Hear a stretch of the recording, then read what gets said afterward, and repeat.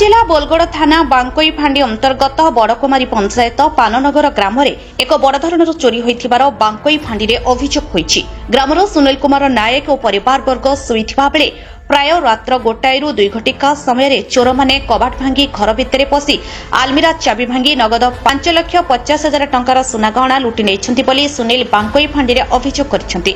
अभियोग पाइला परे बांकोई फांडी ऑफिसर बोलगड़ थाना अधिकारी घटनास्थल में पहुंची तदंत करिसन्ति। साइंटिफिक टीम संधानी कुकुर आनी अधिक तदंत जारी रखिछि बोलगड़ पुलिस।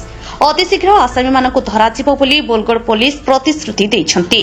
काली राति 12टा बेलू आम शोलु 12टा बेलू शोलु आम शोचु 3टा बेलू आम उठिला बेलू देखिलु जे टोटाल लाइट सब बंद अच्छी बारीपट कबाट को साबुल मारी से धड़ाटा बाहर करी ए घर जो कबाट लगी ताला से ताला को काटी एठी थिला मोर 5,50,000 टंका आ सोना गहना थिला एठू नहीं जाइछन्दी।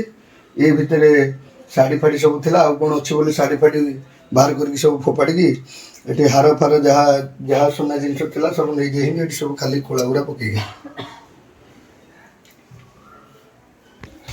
ए नहीं मु बांकोई फांडी रे अभियोग कर देली।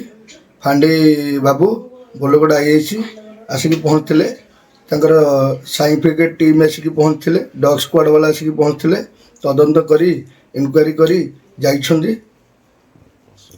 से प्रतिश्रुति दे अभियुक्त को धरी दृढ़ कार्यानुष्ठान देबे बोली। Ravi Dorenko report Utkal Mail TV.